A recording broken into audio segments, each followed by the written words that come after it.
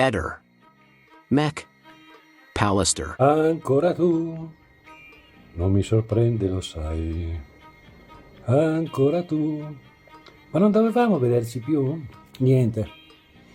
Per me è una questione di incontinenza, non riesco a non rispondere a certe cose, a certe analisi, a certe affermazioni. E come stai?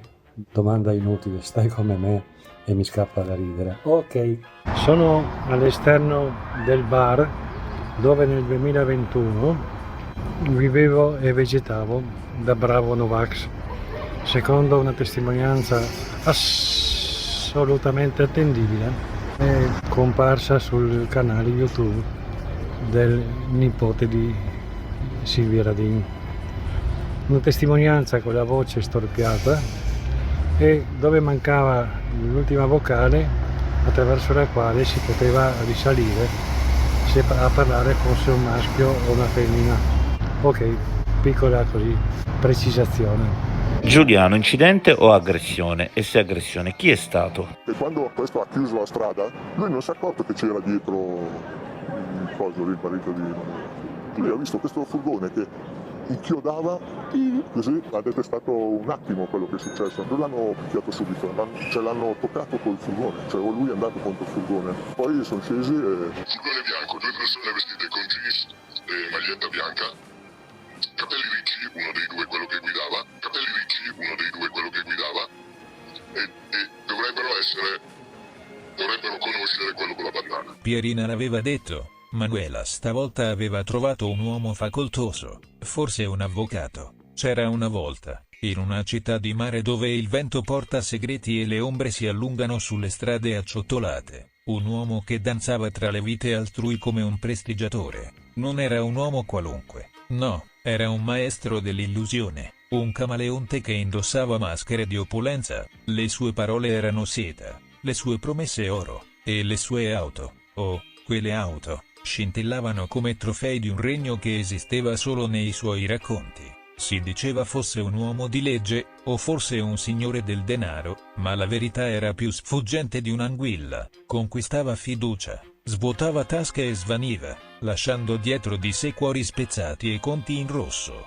Da sud a nord, il suo gioco era sempre lo stesso: un nome nuovo, un sorriso affilato, una storia di investimenti mirabolanti. Non c'era remora in lui, né per i giovani sognatori né per gli anziani che, con mani tremanti, gli affidavano i risparmi di una vita. Tra le sue prede, una donna anziana, una pensionata dal cuore gentile e dal gruzzolo sudato, divenne il fulcro di una partita più oscura. Questa donna, Pierina, non era una sprovveduta. Aveva occhi che vedevano oltre le apparenze, orecchie che captavano i sussurri. Quando il prestigiatore entrò nella sua vita, portato da mani amiche che lei credeva fedeli, Pierina fiutò il tranello. Non solo scoprì che le promesse di ricchezza erano fumo, ma intravide un intreccio più torbido.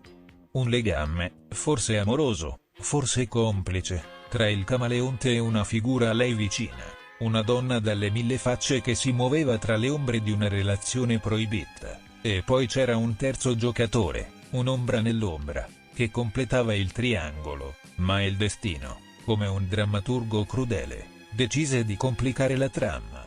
Pierina, con la sua astuzia, aveva capito troppo, non solo della truffa, ma di quel valzer a tre che si consumava alle sue spalle.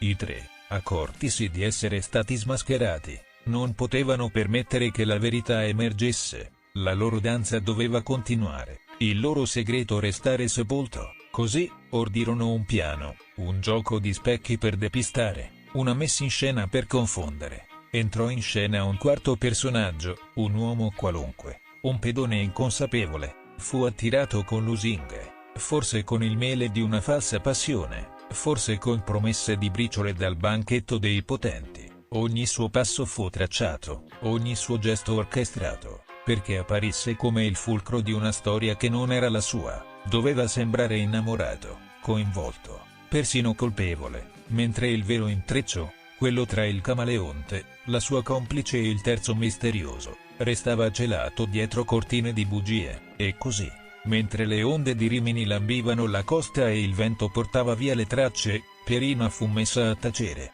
Il quarto uomo, intrappolato in una ragnatela di menzogne, divenne il capro espiatorio perfetto, un burattino nelle mani di chi aveva scritto il copione. Ma i segreti, si sa, sono come le maree, tornano sempre a galla. Chi era il camaleonte?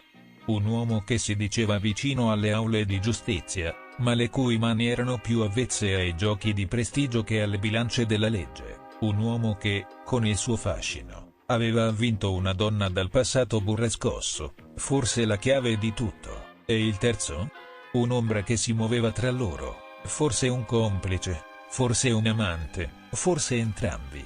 Il sipario non è ancora calato, le strade di Rimini custodiscono ancora indizi, un'auto troppo lussuosa per un uomo senza radici, un sussurro di promesse mai mantenute, un triangolo che si è spezzato in un bagno di sangue, e mentre il quarto uomo Lang, prigioniero di una colpa che non gli appartiene, il vero colpevole danza ancora, nascosto dietro una nuova maschera. Ma Sherlock Holmes insegna, non c'è crimine perfetto, solo verità che attendono di essere illuminate. Il 28enne Gambiano Deuda Bandea è stato interrogato oggi, mercoledì 23 aprile 2025, dal giudice per le indagini preliminari Domenico Santoro presso il Tribunale di Milano. L'uomo è accusato dell'omicidio di Angelito Jacob Menansala, un collaboratore domestico filippino di 61 anni, strangolato all'interno di una villa in via Randaccio, nei pressi dell'Arco della Pace. La sera di Pasqua, durante l'interrogatorio di garanzia, Bandea ha ammesso di essersi introdotto nella villa con l'intento di rubare, approfittando dell'assenza dei proprietari. Ha riferito di aver trascorso diverse ore all'interno dell'abitazione, durante le quali ha mangiato e dormito. Tuttavia, ha dichiarato di non ricordare nulla riguardo all'omicidio di Menansala. Questa amnesia selettiva ha destato l'attenzione degli inquirenti, che stanno valutando la possibilità di sottoporlo a una perizia psichiatrica per accertare la sua capacità di intendere e di volere. Il giorno dell'omicidio, Bandea era stato fermato dai carabinieri nelle prime ore del mattino per un tentativo di furto in zona stazione centrale, ma era stato rilasciato poco dopo. Successivamente, si è diretto verso via Randaccio, dove si è introdotto nella villa. Secondo le ricostruzioni, Menansala sarebbe rientrato in casa mentre Bandea era ancora all'interno, sorprendendolo. Ne sarebbe scaturita una colluttazione, culminata nello strangolamento del domestico. Dopo l'omicidio, Bandea è rimasto nella villa per diverse ore, fino al rientro del proprietario, che ha trovato la porta aperta e ha allertato la polizia. Gli agenti intervenuti hanno arrestato Bandea, che ha opposto resistenza ed è stato immobilizzato con l'uso del taser. Le autorità stanno analizzando le immagini delle telecamere di sorveglianza e altri elementi probatori per ricostruire l'esatta dinamica dei fatti e il comportamento di Bandea durante le ore trascorse nella villa. La decisione del giudice sulla convalida dell'arresto e sull'eventuale misura cautelare è attesa nelle prossime ore. Ehi, non dimenticare di iscriverti a questo canale.